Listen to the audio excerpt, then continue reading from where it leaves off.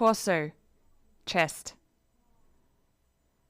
This video shows the instruction of chest posterior-anterior projection, chest anterior-posterior projection, and chest lateral projection. All chest projections use vertical collimation to the center point of the chest 8 to 10 centimeters inferior to the jugular notch at the level of the 7th vertebrae, and the respiration should be suspended with deep inspiration during the exposure.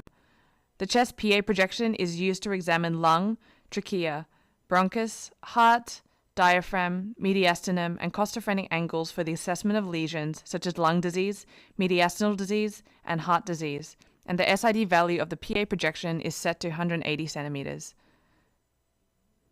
The chest AP projection is used to examine lung, trachea, bronchus, heart, diaphragm, mediastinum, and costophrenic angles for the assessment of lesions such as pleural effusion, pneumothorax, and atelectasis, and the SID value of the AP projection is set to 100 centimeters. Additionally, if the chest PA and AP projections are conducted with suspended respiration at the state of second deep inspiration, air-filled pulmonary alveoli allow the radiograph image of higher resolution and contrast. Also, in the case of patients with large breasts, adjust the breast to the lateral side of the lung field. High kVp radiograph can be utilized to reduce the density difference of the heart shadow and the lung shadow.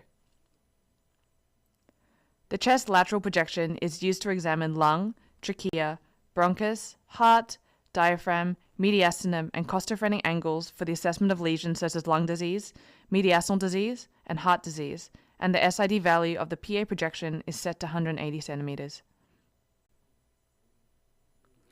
For the chest PA projection, the patient is placed in an erect position with the chin on the image receptor device. Place both hands on the hip region or place the hands behind the image receptor by surrounding the image receptor device with both arms. Gently place the shoulder on the image receptor. Then make sure the chest is not rotated and place the midsagittal plane of the body at the center of the image receptor. For the chest AP projection, the patient is placed in a supine position with alignment of the center plane of the chest to the center line of the image receptor. Adjust the image receptor to place the upper margin of the image receptor 5 centimeters superior to both shoulders. If possible, flex both arms to protract both shoulders anteriorly. For the chest lateral projection, the patient is placed in an erect position with the filming side on the image receptor. Put both arms around the head with slight head extension. Then, place the midsagittal plane of the chest at the center of the image receptor and adjust the image receptor to place the upper margin of the image receptor 2.5 centimeters superior to both shoulders. The image of all chest projections should include the entire lung field.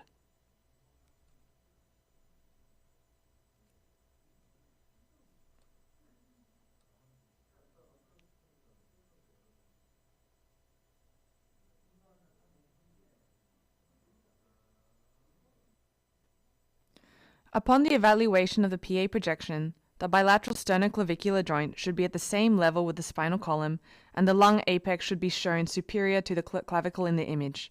Also, the scapula should not overlap with the lung, and the long-scale contrast image of bilateral lung field should be clearly demonstrated. Lastly, the image of the patient's heart and aortic arch should be clearly observable, and the 12th rib should appear superior to the diaphragm in the image. The evaluation of the AP projection is similar to the evaluation of the PA projection. The bilateral sternoclavicular joint should be at the same level with the spinal column, and the lung apex should be shown superior to the clavicle in the image. And the scapula should not overlap with the lung. Additionally, there should be an enlargement of the heart shadow. And in case of chest effusion or other pathological lesions, the feeble image should be shown at the structure of the lung and the greater vessel.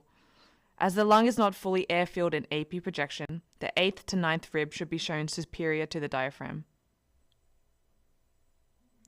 Upon the evaluation of the lateral projection, the rib should overlap with the costophrenic angle, and with the chin and arms elevated to avoid the superimposition over the lung apex, place the hilum region at the center of the image receptor. The long-scale contrast image of the bilateral lung field and the heart shadow should be clearly demonstrated.